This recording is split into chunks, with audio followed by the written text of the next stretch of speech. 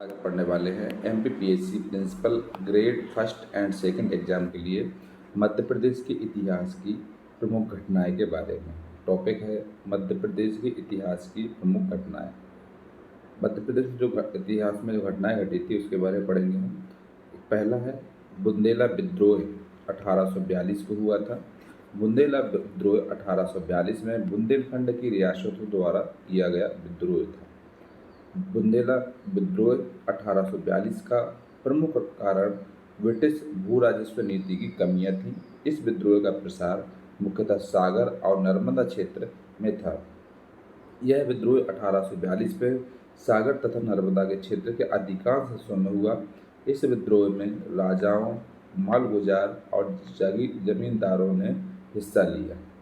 1842 में उत्तरी सागर के दो बुंदेला ठाकुरों जवाहर सिंह बुंदेला और मधुकर सहायक पर लगान वसूली के लिए सागर के दीवानी न्यायालय ने डिक्री देकर उनकी संपत्ति को जब्त करने की धमकी दी थी।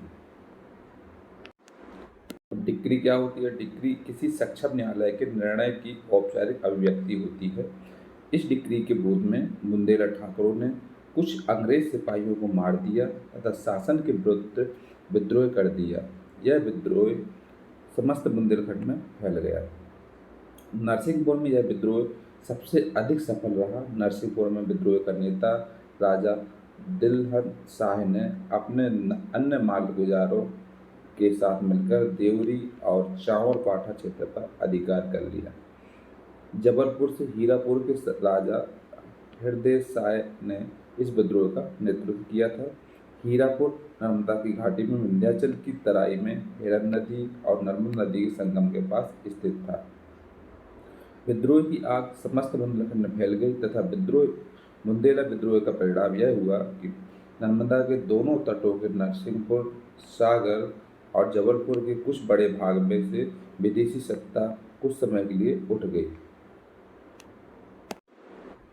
नेक्स्ट है 1842 के अंत तक विद्रोही सरदारों तथा अंग्रेजों के बीच छोटी मोटी टक्कर होती रही, किंतु इसी बीच कर्नल एली द्वारा राजा हृदय शाह को सपरिवार पकड़ लिया गया। हृदय शाह और उसके दल के पकड़े जाने से विद्रोहियों का मनोबल गिर गया। बाद में स्लीमेन की सिफारिश पर ब्रिटिश सरकार ने हृदय शाह और उनके साथियों को माफ कर कैद मुक्त किया। नरहुत के मधुकर शाह को पकड़कर सार्वजनिक रूप से फांसी दी गई। नेक्स्ट है झंडा सत्याग्रह 1923 में हुआ था। गांधी जी ने चोरी चोरा घटना के बाद असहयोग आंदोलन को वापस ले लिया। इस आंदोलन के स्थगन को लेकर युवा वर्ग में रोष था। आंदोलन समाप्ति की घोषणा के पश्चात भी आंदोलन स्वतः ही संचालित हो रहा था। आंदोलन के प्रसार एवं सत्याग्रह की जांच हेतु अखिल भारतीय कांग्रेस कमेटी ने हकीम अजमल खान की अध्यक्षता में सत्याग्रह जांच समिति का गठन किया। यह समिति दौरा करते हुए फरवरी 1923 में जबलपुर पहुंची। जबलपुर नगर पालिका के अध्यक्ष छेदीलाल के प्रस्ताव अनुसार समिति के स्वागत हेतु एक सभा का आयोजन किया गया। उसमें ध्वजारोहण कार्यक्रम किया जाना था, लेकिन डिप्टी कमिश्नर ने झंडा फहराने पर प्रतिबंध लगा दिया, जिससे युवाओं में रोष था। टाउन हॉल में झंडा फहराना जनता ने चुनौती के रूप में स्वीकार किया, जिसके कारण तिलक मैदान में एक विशाल सार्वजनिक सभा का आयोजन किया गया। इसमें डॉक्टर राजेंद्र प्रसाद तथा श्री गोपालाचारी ने भी भाग लिया। सभा में पंडित सुंदरलाल ने राष्ट्रीय झंडे की संप्रभुता अस्मिता के लिए झंडा सत्याग्रह प्रारंभ करने की घोषणा की। 18 मार्च को पंडित सुंदरलाल के नेतृत्व में एक विशाल जुलूस टाउन हॉल की ओर अग्रसर हुआ।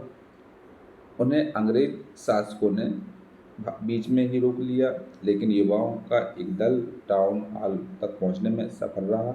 दमोह के नवयुवक प्रेमचंद जैन ने टाउन हॉल पर झंडा फहराया। इस प्रकार यह पहला अवसर था जब किसी स्थान पर सरकारी भवन पर राष्ट्रीय झंडा फहराया गया। इस घटनाक्रम से डिप्टी कमिश्नर अत्यधिक क्रोधित हुए और झंडा उतारने का आदेश दिया। सिपाहियों ने न केवल झंडे को उतारा अपितु इसे पैरों तले रौंद दिया। राष्ट्रीय झंडे का अपमान का बदला लेने के लिए झंडा सत्याग्रह करने का निर्णय लिया गया। पंडित सुंदरलाल तथा प्रेमचंद जैन को गिरफ्तार कर 6 माह का कारावास का दंड दिया गया। जबलपुर में घटित घटना का प्रभाव संपूर्ण भारत में पड़ा। जबलपुर के बाद नागपुर झंडा सत्याग्रह का केंद्र बना। नागपुर में सत्याग्रह की बागडोर जमनालाल बजाज ने संभाली थी। झंडा सत्याग्रह के चलते नागपुर में कई सभाओं एवं रैलियों का आयोजन किया गया। आंदोलन को दबाने के लिए अंग्रेजों ने दंडात्मक कठोर प्रावधान का सहारा लिया।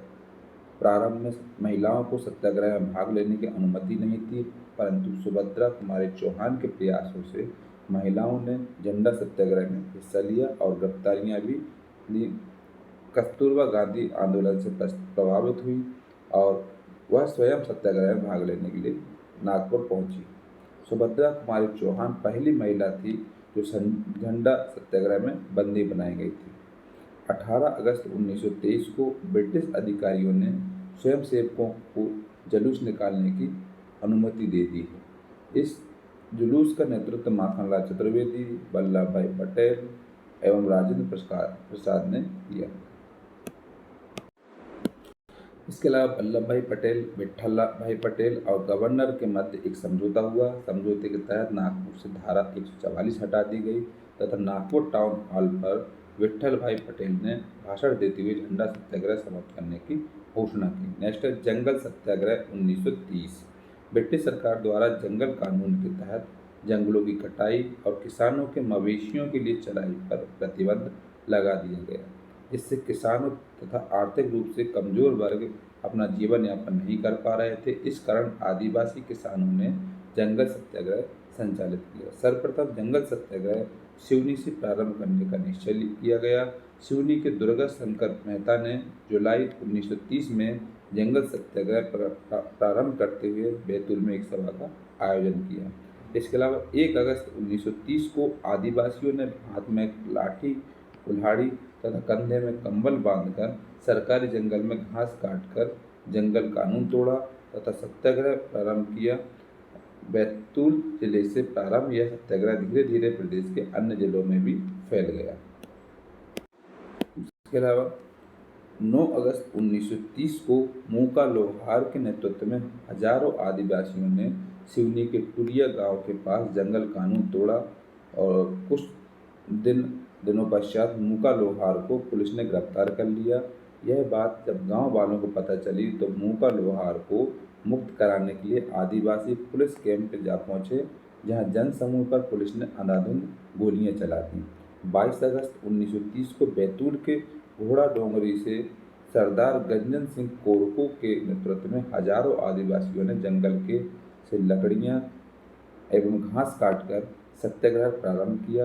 पुलिस ने गंजन सिंह को गिरफ्तार करने का प्रयास किया, किंतु उनके आदिवासी साथियों ने इसका विरोध किया। अगले दिन ही पुलिस एवं सत्याग्रही के मध्य संघर्ष हो गया। पुलिस ने वनवासी समुदाय पर गोलियां बरसाईं, जिसमें कई लोग घटनास्थल पर मृत्यु हो गई। कुछ लोगों को गिरफ्तार करके कठोर कारावास की सजा सुनाई गई। गंजन सिंह भूमिगत हो गए। कुछ समय पश्चात उन्हें पचमढ़ी से गिरफ्तार कर लिया गया एवं 5 वर्ष का कठोर कारावास की सजा सुनाई गई। दिसंबर 1930 में जामबाड़ा में हजारों आदिवासियों ने अमर सिंह गौड़ के नेतृत्व में जंगल सत्याग्रह प्रारंभ किया। आंदोलन समाप्त करने हेतु सेना बुलाई गई। अधिकारियों सेनाओं पर पथराव किया। सेना ने गोली चलाई, जिसमें अनेक सत्याग्रही घायल हो गए। नेक्स्ट है सिवनी से प्रारंभ हुआ यह आंदोलन प्रदेश के समस्त जिलों जैसे जबलपुर, कटनी, नरसिंहपुर, छिंदवाड़ा इत्यादि क्षेत्र पर फैल गया। समय के साथ यह आंदोलन राष्ट्रव्यापी आंदोलन बन सका तथा अनेक स्थानों पर घास काटकर तथा वनों से लकड़ियां काटकर सत्याग्रह किए गए। शहरी मध्यम वर्ग की महिलाओं ने भी जंगल सत्याग्रह में भाग लिया। महिलाओं को जंगल सत्याग्रह से जोड़ने का श्रेय रविशंकर शुक्ल की पत्नी भवानी बाई ने को जाता है। नेक्स्ट घटना है चरण पादुका नरसंहार 1931 में। सविनय अवज्ञा आंदोलन के संचालन हेतु विदेशी वस्तुओं के बहिष्कार एवं कर अदायगी के मुद्दे को लेकर 14 जनवरी 1931 को मकर संक्रांति के दिन छतरपुर जिले में उर्मिला नदी के तट पर सिंहपुर चरण पादुका मैदान में शांतिपूर्ण जनसभा का आयोजन किया गया। इस जनसभा की जानकारी नौगांव स्थित अंग्रेज पॉलिटिकल एजेंट फिशर को चल गया। कर्नल फिशर ब्रिटिश सैन्य बल को की कॉल व्हील पलटन को लेकर शांतिपूर्ण चल रही जनसभा को चारों ओर से घेर लिया तथा उस पर गोली चलाने का आदेश दे दिया। इस हत्याकांड में 21 लोगों की मृत्यु हो गई और 26 लोग घायल हुए। इस नरसंहार ने पूरे बुंदेलखंड में अंग्रेज शासन के विरुद्ध लोगों को उत्तेजित कर दिया। चरण पादुका नरसंहार को मध्य प्रदेश का जलियांवाला बाग हत्याकांड की संज्ञा भी दी जाती है। नेक्स्ट है त्रिपुरी अधिवेशन 1939। वर्ष 1939 में भारतीय राष्ट्रीय कांग्रेस के 52वें अधिवेशन के लिए जबलपुर के त्रिपुरी को चुना गया। यह कांग्रेस का पहला ऐसा अधिवेशन था जो किसी भवन की बजाय खुले स्थान पर संपन्न हुआ। त्रिपुरी अधिवेशन में सुभाष चंद्र बोस पुनः अध्यक्ष पद के उम्मीदवार थे, जिनके सामने गांधी समर्थित उम्मीदवार पट्टाभी सीतारामैया भी थे। 1938 में हरिपुरा अधिवेशन में सुभाष चंद्र बोस कांग्रेस के अध्यक्ष थे। पट्टाभी सीतारामैया को हराकर सुभाष चंद्र बोस दोबारा अध्यक्ष बने एवं पट्टाभी की हार को गांधी ने अपनी व्यक्तिगत हार बताया। गांधी जी के इस वक्तव्य से नेताजी ने अध्यक्ष पद से इस्तीफा दे दिया और अंत में सर्वसहमति से डॉक्टर राजेंद्र प्रसाद को कांग्रेस का अध्यक्ष चुना गया। नेक्स्ट है मध्य प्रदेश में नमक सत्याग्रह 1930। वर्ष 1930 में महात्मा गांधी का असहयोग आंदोलन अपने पूर्ण उत्कर्ष पर था। गांधी जी ने दांडी मार्च न करके नमक सत्याग्रह के माध्यम से सरकार को चुनौती दी थी। 6 अप्रैल 1930 को जबलपुर में सेठ गोविंद दास एवं पंडित द्वारका प्रसाद मिश्र के नेतृत्व में नमक सत्याग्रह की शुरुआत हुई। नमक सत्याग्रह के दौरान सिवनी जिले के श्री दुर्गा दास मेहता ने गांधी चौक पर नमक बनाकर सत्याग्रह किया। मध्य प्रदेश में जबलपुर और सिवनी के अतिरिक्त खंडवा, सीहोर, रायपुर आदि नगरों में भी नमक कानून को तोड़ा गया। नेक्स्ट है सोहावल का नरसंहार या महाजन गोलीकांड 1938 में हुआ था।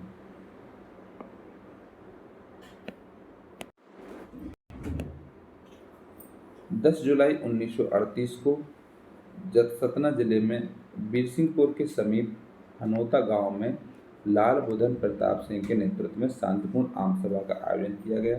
इस आम सभा का आयोजन ब्रिटिश शासन के शोषणकारी नीति के विरुद्ध किया जा रहा था। ब्रिटिश सैनिकों द्वारा सम्मेलन में भाग लेने जा रहे आंदोलनकारियों लाल बुद्ध प्रताप सिंह, रामाश्रय गौतम, मंदिर पांडे की महाजन गांव के निकट गोली मारकर हत्या कर दी गई। सोहावल नरसंहार को महाजन गोलीकांड के नाम से भी जाना जाता है। नेक्स्ट है पंजाब मेल हत्याकांड 1931। 1931 को दिल्ली से मुंबई जा रही पंजाब मेल में खंडवा से वीर यशवंत सिंह, देवनारायण तिवारी तथा दलपत राव ने ट्रेन में सवार अंग्रेज अफसर हैक्सर मेजर साहन और उनके पालतू कुत्ते को मार डाला। पंजाब मेल हत्याकांड के क्रांतिवीर वीर यशवंत सिंह, देवनारायण व दलपत राव को गिरफ्तार कर 10 अगस्त 1931 को खंडवा की अदालत में तीनों पर मुकदमा चलाया गया, लेकिन 11 दिसंबर 1931 को यशवंत सिंह व देवनारायण को जबलपुर जेल में फांसी दी गई तथा दलपत राम को काला पानी की सजा सुनाई गई। नेक्स्ट है चावल आंदोलन रीवा 1947। रीवा राज्य द्वारा किसानों से जबरदस्ती अतिरिक्त कर वसूला जा रहा था, जिसे जबरिया लेवी वसूली कहा गया। इस वसूली के विरोध में त्रिभुवन तिवारी और भैरव प्रसाद और मालिया द्वारा एक आंदोलन किया गया, लेकिन इनकी रीवा राज्य के सैनिकों द्वारा 28 फरवरी 1947 को गोली मारकर हत्या कर दी गई थी। इस आंदोलन को रीवा में चावल आंदोलन के नाम से जाना जाता है। नेक्स्ट है भोपाल का जलियांवाला बाग कांड 1949।